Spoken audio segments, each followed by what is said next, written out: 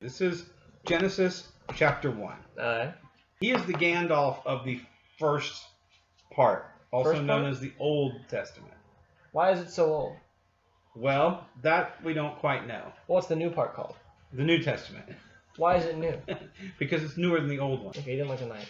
And the evening and the morning were the first day. So you do. What? The evening and the morning were the first day. God said, "Let there be a firmament in the midst of the waters, Midst of the waters. let it divide the waters from the waters."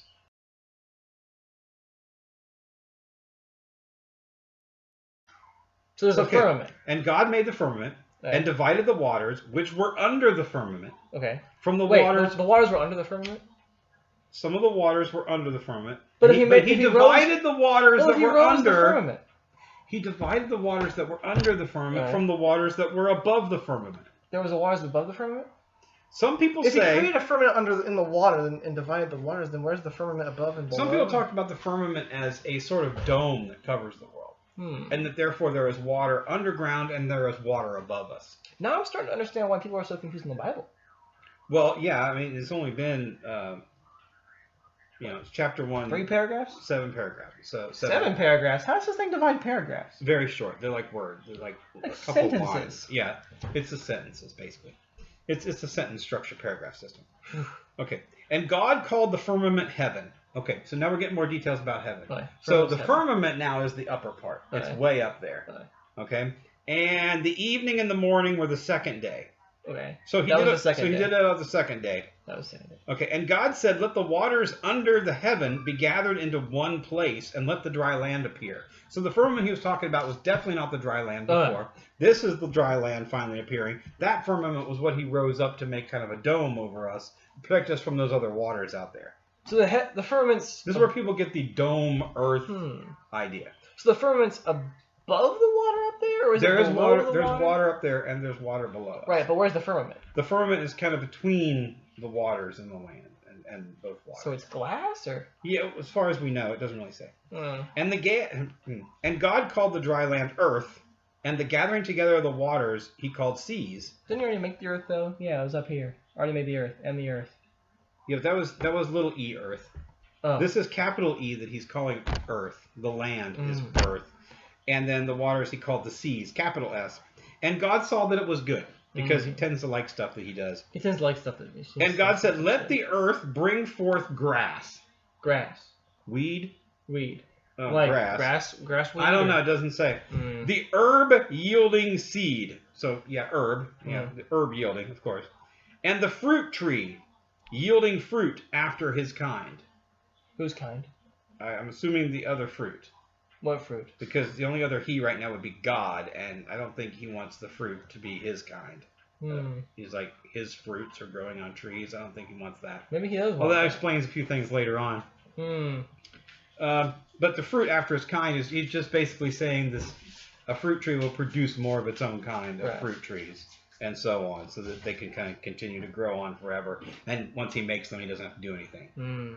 So, whose seed is in itself upon the earth, and it was so. So that was okay. And the earth brought forth grass, and an herb yielding seed after his kind, and the tree yielding fruit, whose seed was in itself after his kind. And God saw that it was good. So that was good too. There's a little repetition, and that was good.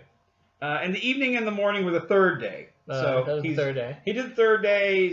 He's this far. And then God said, "Let there be lights in the firmament of the heaven to divide the day from the night, and let them be for signs and for seasons and for days and for years." So what he's doing is he's setting up the moon and the sun to rule over night and day, and that their rotation around us when we see them divides us into seasons, 4 seasons, the days of the month because of the moon, and years because of the rotation. But why would the sun divide the years? Wouldn't it be easier to have a different sun for the years or the seasons?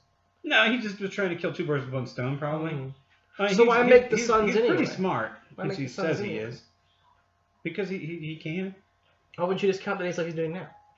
No, this is how you do it. But this was counting days. It'd be easier.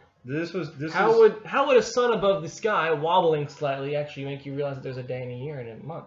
Well, probably because he was sick of this. Oh, well, that was the first day, so he wanted to make it a little more clear. Have a rule in place. Did he make it clear? Sure, I understand. Well, we're in the year 2019 now. So Well, when yeah, was but not by his this? numbers. When was this? Well, it depends. A lot of people have done the math and figured out this was about 6,000 to 7,000 years ago. Seems a bit short. Yeah, well, we can get to that later. That's So a whole different thing. If it was a 6,000 or 7,000 years ago, Maybe well, 8. Do we know, or is he just guessing? We're guessing based on how long some of these people lived and how many generations had to be between them, and then we're doing averages to try and get, to present day. Actually, but all we do is try and get averages to Jesus, because we've been counting the years since Jesus. It's before that. We don't know how long this was before Jesus, for sure. There's a lot of debate about that. Okay, so he couldn't just count the days or make different years and Well, count then, them himself. eventually he's going to create other things, and the other things will have to be able to tell the days. But they have God. Why wouldn't they be able to use him? He can talk. We're going to get to some of that. I don't think he likes people very much. Wow. Anyway, well, he hasn't made them yet, for one thing. So he hasn't made He wouldn't even know. He hadn't even done it yet. And, of course, it was good. Right, of course it was good. So there were lights in the firmament to give light upon the earth, and it was so. Then he made 2 great lights. The greater light to rule the day, which we call the sun, and the lesser light to rule the night. And he made the stars also. So just like... Well, the star is just an accident. Like, you know how when you're trying to carve something out of clay or whatever, and you always have that extra bits and you have no clue what to do with them, so you just toss them everywhere in the trash? That's it could be. The original thing he tried to make for the sun may have had just too many sharp edges or something, and he was like kind of shaving it down, and so he had all these little leftover shavings that he just kind of threw up there. So it doesn't make that clear. Oh, what a shock. I set them in the firmament and the heaven to give light upon the earth, and to rule over the day and over the night, and to divide the light from the darkness. Didn't I do that? And God saw that it was good. Now, This is formalizing the light, the darkness. Well, he already divided. It's the same thing as like, we're going to put it in firmament to divide the 2 seas, but then we also put a couple other lines and a little piece of green acre in between the things to further divide the trees. All chapter 1, verse 4 says is that he separated the light from the darkness, which is basically saying, look, you guys can't live together. Right. All right? Where one of you starts, the other one ends. You can't cross over and do any of this kind of happy stuff. Well, wouldn't that already make a line? So while he did, he's creating the actual things that create the light and the darkness. So he's not actually dividing the light from the darkness again. Well, it's like here he created the rule, and here he created the mechanics. Well, he said that there'd be light, and there was light, so obviously he doesn't need it. There's just light. Okay. Thanos. Yeah. And the evening and the morning were the 4th day. So this is the 4th day. Well, we just to finish the 4th day. So all the stuff here, even the seeds who require the sun in order to grow, did not actually have the sun for a day or 2. He was really hoping you wouldn't notice that. Yeah, that was kind of a problem, wasn't it? But that gets brought up, yeah. That's you guys know what I'm talking about. All right. Let the waters bring forth abundantly, and moving creature that hath life, and fowl that may fly above the earth in the open firmament of heaven. Sounds like he's making animals. And God created great whales. Great whales. Not whoopee ones. Not okay whales. And not narwhals. And every living creature that moveth, which the waters brought forth abundantly after their kind. Again, we're talking about kinds, and kind becomes this big discussion too, but let's not deal with that. It sounds sort of like he's just... That's advanced theory. It sounds sort of like he started the waters and just went, that's good enough. It's like he was bored at that point and just kind of rushed through it. I don't know, it is the 5th day. And every winged fowl after his kind, and God saw that it was good, because he likes stuff he does. And God blessed them, saying, be fruitful and multiply. So if you ever hear that, be fruitful, go out there and do that shit. And fill the waters in the seas, and let fowl multiply in the earth. So he's making fish and birds. Okay. That's as advanced as he gets at this point. Just fish and birds. And the evening and the morning were the 5th day. That's the 5th day. Okay, that was 5. 5th day, you got shit in the seas. Yeah, and then so I guess he spent too much time. Did he spend too much time on the creatures in the fowl and not the ones on the seas? No, it sounds like. No, he did the sea and the air pretty evenly. Right. He hasn't really gotten to anything else yet. Just birds then. And God said, let the earth bring forth the living creature after his kind, cattle, and creeping thing, and beast of the earth after his kind. So what is creeping thing? Creeping thing is like, stuff that crawls and stuff like that. Yucky things. And beast of the earth, all kinds of beasts and cows and stuff.